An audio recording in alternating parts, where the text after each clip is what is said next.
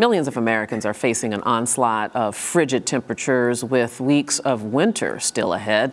This makes it a great time for a plan, and how about at least a dream to get away to a sunny beach? Doesn't that look great? Joining us to discuss some of the best locations is travel writer and consultant Lee Abbamonte. Hey Lee, Happy New Year. Hello, how are you? Good to see you.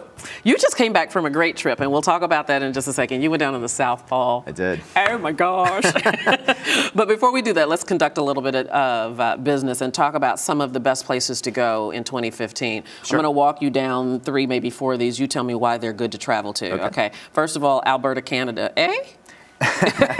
Alberta, Canada is one of literally the best places in North America. Calgary is one of the best cities in North America. I love going up there, whether it's the summer or the winter.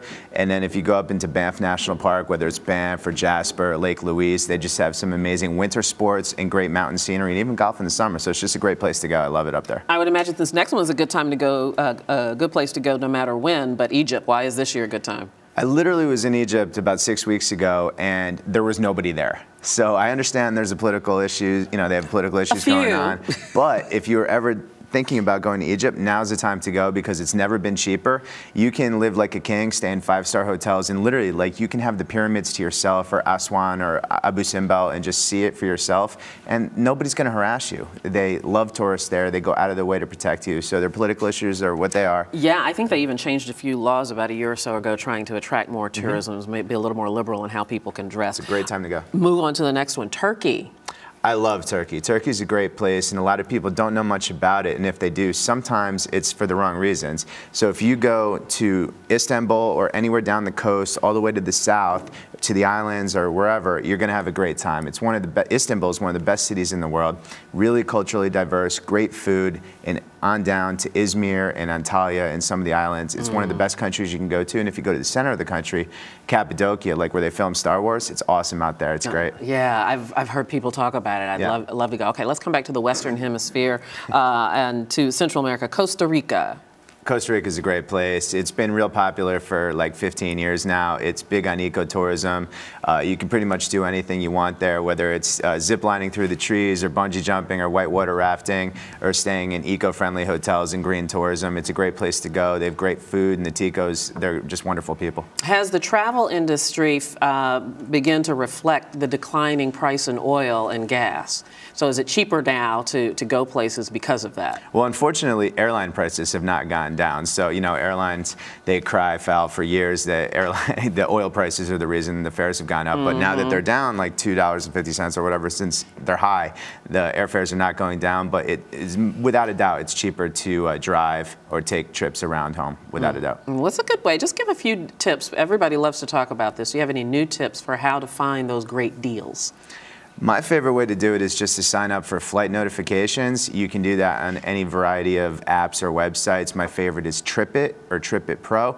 Additionally, if you want to actually find deals to a specific airport, you can do a little research by actually Googling the airport and then figuring out which airlines fly there and then going to that specific airline's website. And a lot of times they have better fares than you'll find published on some of the big websites. Okay, and because of the, you know, a lot of disturbances around the globe, foreign policy, particularly foreign policy, how's that going to affect travel for some people? You know, it really depends where you want to go. I'm a big believer, if you want to go somewhere, just go. I mean, just use common sense. Don't be stupid. Don't look for trouble. Well, if the State Department has a travel advisory, you might not want to go, huh? I mean, yes, but at the same time, the State Department has had travel advisories against Mexico and Jamaica and other places like that in the past, and that doesn't stop people from going. So, I mean, maybe if it's in Libya or Afghanistan, maybe listen, but a lot of times they err on the side of caution, so I don't really put so much stake into what they say. Okay, well, I don't know if there's any travel advisory, but you just came back from the South Pole. I did. Tell me, first of all, what was it like to get there? And what was it like when you got there? Well, it was really cold when I got there. It was minus 60, and it literally took, I tried to get there last year, and I was unable to make it. And then this year, oh, there we are. Yeah, there you are. And then this year we made it, and it was the biggest rush of my travel life. It's so hard. Even 2 weeks later, it's still so fun to talk about. How long did it take you to get there? Forever. You go from Cape Town, we charter Belarusian military cargo planes to a Russian research base, which is a 6-hour flight. And then from there, you have to get a DC-3 that can land on skis, and then you fly to 83 degrees where you have to refuel after 6 hours. Oh, Lord. And then onto the South Pole and then back. Okay, yeah, I don't think tourism is going to peak there anytime soon. No, probably not. Lee Abbamonte, thank you so much. Of course, anytime. Welcome home safely. You got your nose. You came back with your nose from the South I did. Pole. I still got it. That's going to do it for us today. Thanks for being with us. We'll see you tomorrow for another edition of Rise America.